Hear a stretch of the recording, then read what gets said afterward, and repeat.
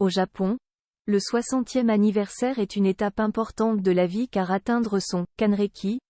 atteste que l'on a traversé 5 fois les 12 signes du zodiaque chinois et qu'on est maintenant prêt à commencer une nouvelle vie. Tel est l'événement essentiel que l'impératrice Masako du Japon a marqué solennellement par une série de nouveaux portraits officiels, seuls et en famille, diffusés par l'agence de la maison impériale. Ce 60e anniversaire, célébré au début de ce mois de décembre dans tout l'archipel nippon, a été d'autant plus salué que cette année marque également le 30e anniversaire de mariage de l'impératrice Masako avec l'empereur Naruhito, unis en 1993 lorsqu'ils n'étaient alors que princes héritiers. Publicité longtemps souffrante d'une dépression, pudiquement qualifiée de stress, du fait des pressions qu'elle subissait pour donner un héritier mâle au trône du chrysanthème, l'impératrice Masako a repris le cours normal de ses fonctions officielles depuis quelques mois. Avec l'empereur, elle a assisté aux funérailles nationales de la reine Elisabeth II au Royaume-Uni en septembre 2022, son premier voyage à l'étranger depuis qu'elle est devenue impératrice en 2019, avant une visite officielle du couple impérial en Indonésie en juin 2023. Des réflexions de l'impératrice Masako a également renoué avec la tradition des garden parties au palais impérial de Tokyo,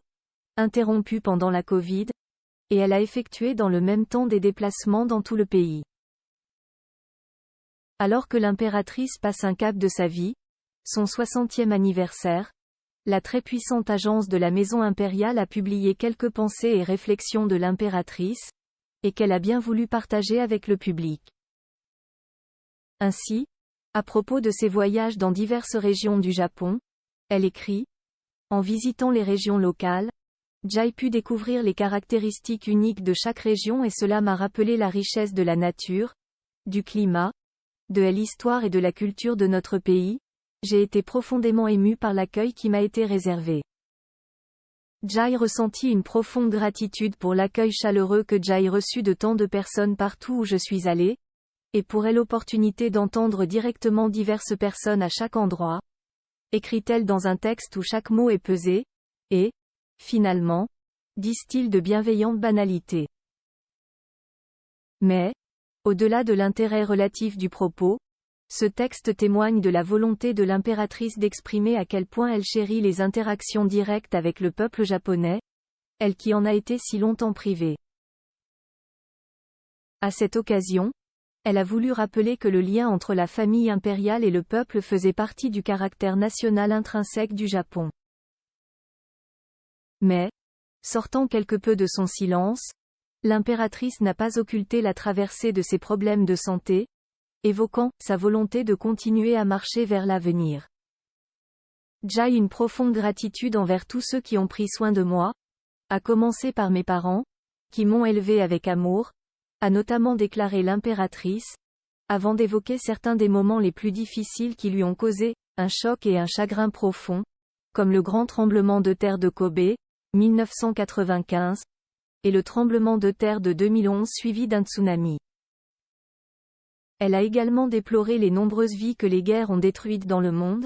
en particulier celles des enfants, et a souligné l'importance de comprendre et respecter les autres par le dialogue pour construire un monde de paix. Enfin, l'impératrice a souligné l'importance du 30e anniversaire de mariage avec l'empereur Naruhito, saluant en lui son plus solide soutien, et évoquant les études universitaires de leur fille unique, la princesse Aiko, source de son bonheur familial. Dans l'empire du soleil levant, où tout est régi par des codes immuables, le simple fait que l'impératrice s'exprime pour ses 60 ans est le signe de son rétablissement. Une heureuse nouvelle saluée par tout le Japon. Banzai.